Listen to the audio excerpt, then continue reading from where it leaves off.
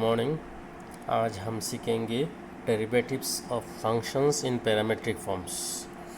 तो जो function parametric form में उसका डेरिवेटिव कैसे करते हैं वो आज हम सीखेंगे। तो first of all what is parametric equations. Parametric equations कभी कभी क्या होता है, two variables are linked with the help of a third variable. तो ये थर्ड वेरिएबल जो होता है उसका नाम है पैरामीटर, और इक्वेशन,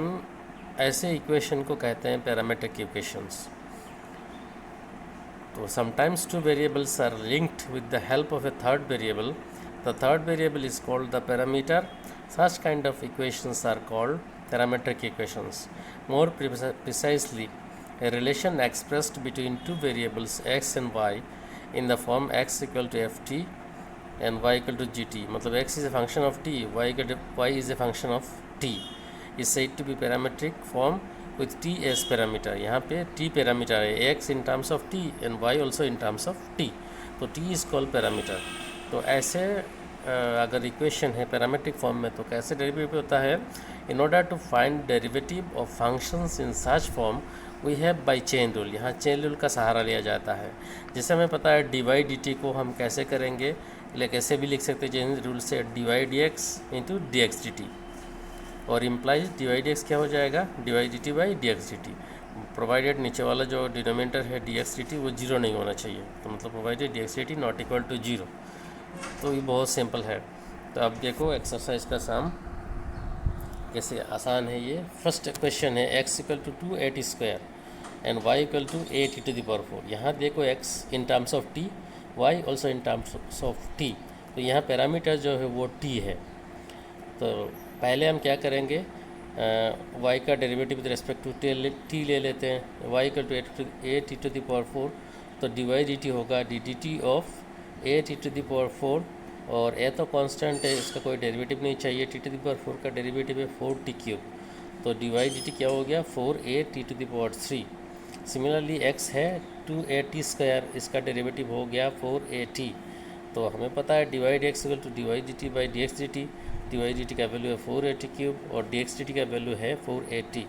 तो मेरे पास बचा t स्क्वायर, इसका मतलब डी वाई डी एक्स हो गया t स्क्वायर। क्वेश्चन नंबर 1 था। अभी क्वेश्चन नंबर 6। यहाँ जो पैरामीटर आपको दिख रहा है वो है theta. x equal to A into theta minus sine theta और y equal to A into 1 plus cos theta. तो हम करेंगे d x d theta and d Y d theta.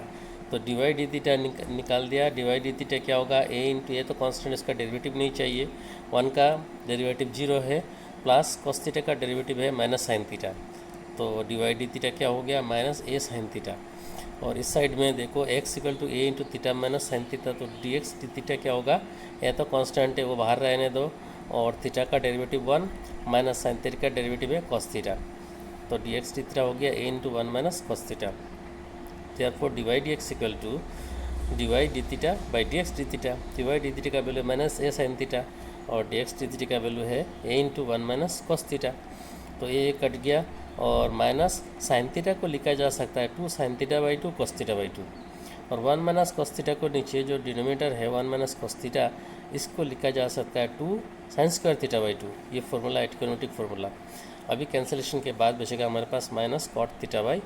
2। तो डी वाई डी एक्स हो गया minus cot theta by 2। Next आम है x equal to sine cube t by root over cos 2t, y equal to cos cube t by root over cos 2t। यहाँ parameter है t, तो हम करेंगे d x d t and d Y D T. तो पहले x करो या y करो, कोई फ़र्क नहीं पड़ता। तो y equal to cos cube t by root over cos 2t। यहाँ जो डी वाई डी टी निकालेंगे वो राइट साइड में हो जाएगा u by v formula, rational वाला। तो v u बाई वी का फार्मूला क्या है, नीचे होता है v स्क्वायर, ऊपर होता है v derivative of u minus u derivative of v। तो v स्क्वायर मतलब root over cos 2t whole square, और v ऊपर हो गया v तो root over cos 2t into derivative of u। u यहाँ पे है कॉस क्यूब t, इसका डेरिवेटिव क्या होगा, फर्स्ट हम इसको तो d D x of cos cube d D T of cos cube t हमारे पास नहीं है, हमारे पास D D T of T cube है। तो t मान लो कॉस t को, तो उसका डेरिवेटिव होगा 3 कॉस स्क्वायर t, और कॉस t का अगेन डेरिवेटिव चाहिए तो हो गया माइनस साइन t। तो हो गया हमारा v derivative of u। Minus u derivative of v, u तो हमारा कॉस क्यूब टी है तो कॉस क्यूब टी रह गया, और डेरिवेटिव ऑफ वी मतलब रूट ओवर कॉस 2t का derivative, root over cos x का रूट ओवर एक्स का डेरिवेटिव 1/2 रूट एक्स, तो लिख दिया नीचे 2 रूट ओवर कॉस 2t, और कॉस 2t का डेरिवेटिव चाहिए अगेन, कॉस 2t का डेरिवेटिव होगा -2 sin 2t, कि कॉस का डेरिवेटिव है माइनस और अगेन डेरिवेटिव करोगे 2t का तो 2 बाहर आएगा, तो कैंसलेशन के बाद 2 कट गया, तो न्यूमरेटर में बचा है। अभी क्या करेंगे, न्यूमरेटर में हम रूट ओवर कॉस 2t का एलसीएम ले लेंगे न्यूमरेटर में, तो रूट ओवर कॉस 2t नीचे आ जाएगा, root over cos 2t whole square के साथ और एक रूट ओवर कॉस 2t आ जाएगा, तो न्यूमरेटर में बचा रूट ओवर कॉस 2t। अगर हम एलसीएम लेते हैं तो ये जाके मल्टीप्लाई करेगा और एक रूट ओवर कॉस 2t को, तो हो जाएगा कॉस 2t का रूट हट जाएगा into -3 cos square t sine t plus हमारे पास प्लस क्यों होगा, क्योंकि ये कॉस क्यूब टी के आगे माइनस है और वहाँ ब्रैकेट के अंदर भी और एक माइनस है, तो माइनस माइनस प्लस हो गया, हमारे पास बचा कॉस क्यूब टी और साइन 2t को ब्रेक कर दिया 2 sin t cos t में। अभी न्यूमरेटर में sin t cos t common जाएगा, और ज़्यादा जाएगा तब भी मत लेना, इस शाम का कुछ स्पेशल केस है, अब पता चलेगा कि आगे जाके, और शाम और कॉमन लोगे तब फिर अंदर देना पड़ेगा आपको बाद में, तो ज़रूरत नहीं है, सिर्फ sin t cos t common ले लेना, इसका टेक्निक याद रख लेना। तो कॉमन टी लेंगे तो ब्रैकेट फर्स्ट टर्म में क्या बचेगा, -3 cos t into cos 2t plus second term से बचेगा 2 cos क्यूब टी। यहाँ जो cos 2t है उसको in terms of cross break करेंगे हम, बाकी जो sin t cos t है हमारे पास इंटू -3 cos t भी है, और ये cos 2t को in terms of cos break करेंगे, तो cos 2 थीटा हमें पता है 2 cos स्क्वायर थीटा -1 फॉर्मूला, तो वही हमने यूज़ किया 2 cos square t -1 plus 2 cos cube t by नीचे जो cos 2t to the power 3/2 हो गया, क्योंकि वो रूट ओवर cos 2t के ऊपर स्क्वायर है और इस रूट ओवर cos 2t के ऊपर 1 है, तो 2 + 1 3 हो जाएगा और रूट के लिए हाफ नीचे आ जाएगा, तो 3/2 हो जाएगा, नीचे तो cos 2t 3/2 हो गया। अभी ऊपर देखो dy/dt क्या हो गया, sin t cos t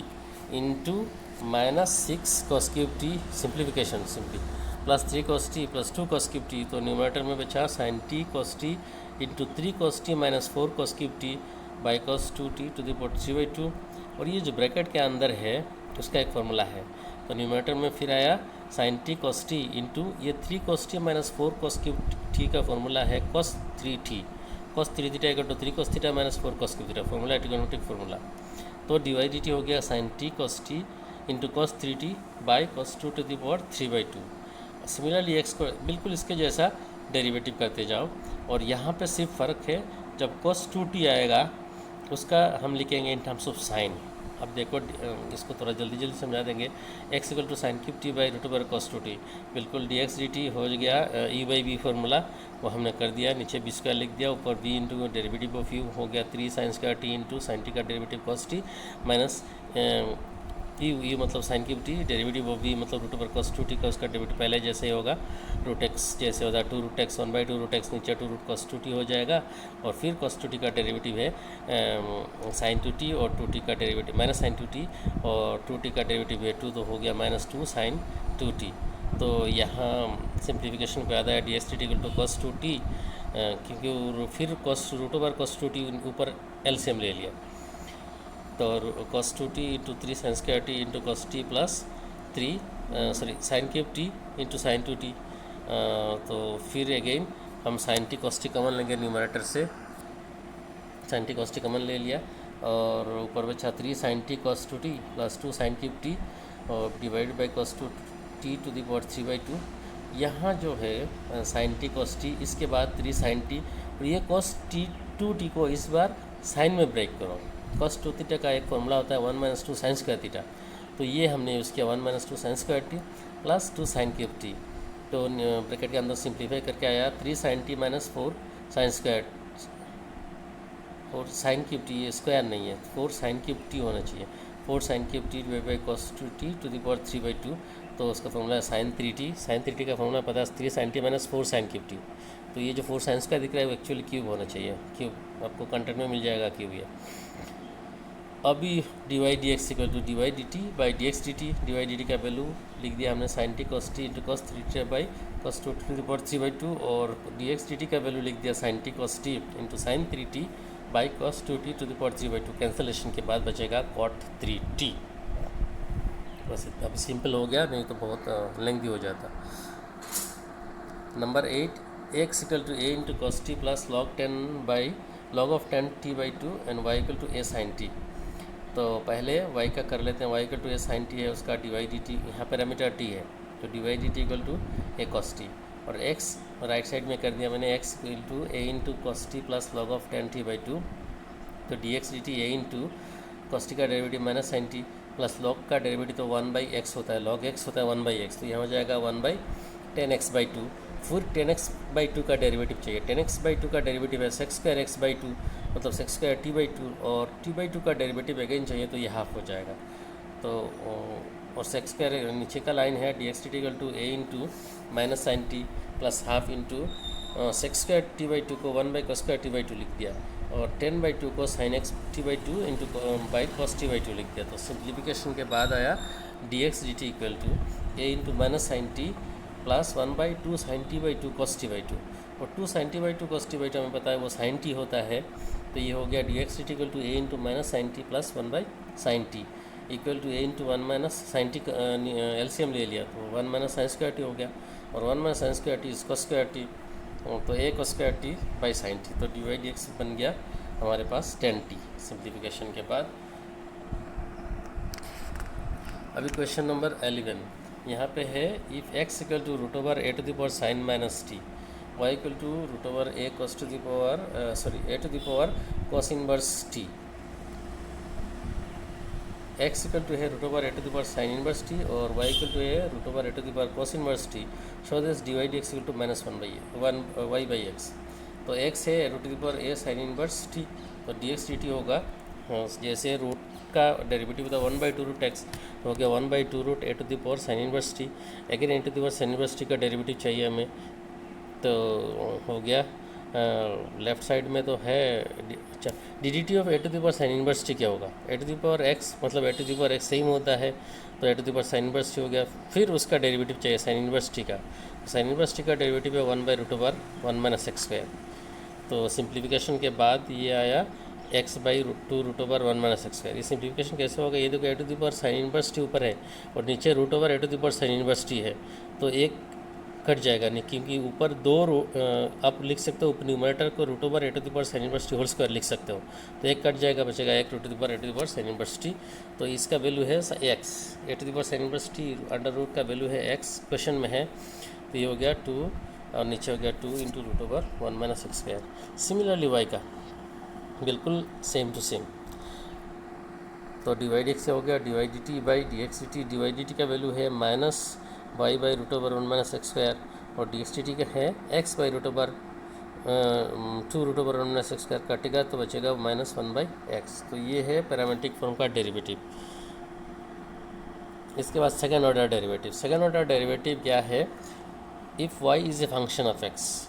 then d Y D x equal to f dash of x, हमें पता है डी वाई डी एक्स मतलब f dash of x. If f dash of x जो राइट साइड में आया, अगर वो फिर डेरिवेटिव डिफरेंशिएबल होता है, तो if f dash of x is differentiable we may differentiate equation 1 again with respect to x, and then left hand side जो है वो डी वाई डी एक्स का कैसे बन जाएगा, D D x of D Y D x. इसी का नाम है सेकेंड ऑर्डर डेरिवेटिव। एक बार तो पहले हो गया, अभी दूसरी बार हो रहा है, इसलिए इसका नाम है सेकेंड ऑर्डर डेरिवेटिव, और इसको लिखा जा सकता है in the form d square y D x square, d D x of D Y D x को लिखा जा सकता है d square y D x square. The second order derivative of f x is denoted by f double dash of x, it is also denoted by capital D square y और y double dash ऊपर dash और y2 अब नीचे है। ये बस लिखने का तरीका है,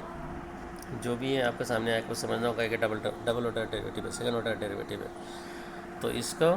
एक्सरसाइज 5 इसका 2 एग्जाम करते हैं, ये नेक्स्ट क्लास में बाकी जो साम बचेगा वो करेंगे। फर्स्ट क्वेश्चन है x square plus 3x plus 2 का सेकेंड ऑर्डर डेरिवेटिव चाहिए, तो इसको मान लो y equal to x square plus 3x plus 2, तो डी वाई डी एक्स क्या होगा,